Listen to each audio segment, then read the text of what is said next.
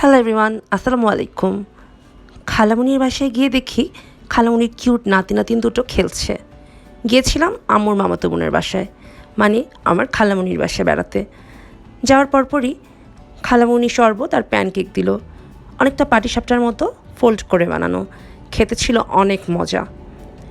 এদিকে খালামণির সব রান্না শেষ করে এখন পোলাও রান্না করছে। তো আমি পাশে গিয়ে একটু দাঁড়িয়ে দেখলাম। একা হাতে অনেক কিছু রান্না করেছিল খালামণি।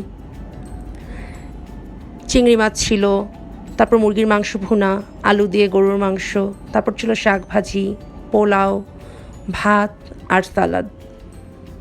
তো আমরা সবাই খেতে বসেছিলাম।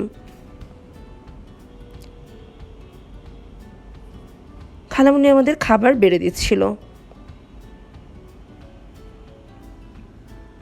রান্নাগুলো এত মজা হয়েছিল, অনেকদিন পর এত মজা রান্না খেয়েছি।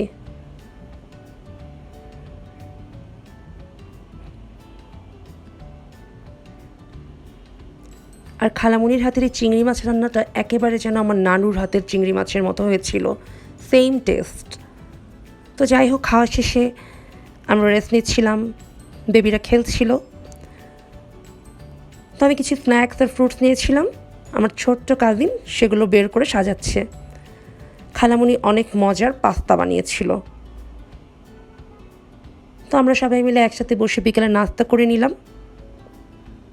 খাওয়া দাওয়া শেষে খালামণিদের কাছ থেকে বিদায় নিয়ে এখন আমরা বাসায় ফিরছি। আজকের ব্লগটা তাহলে এই পর্যন্তই।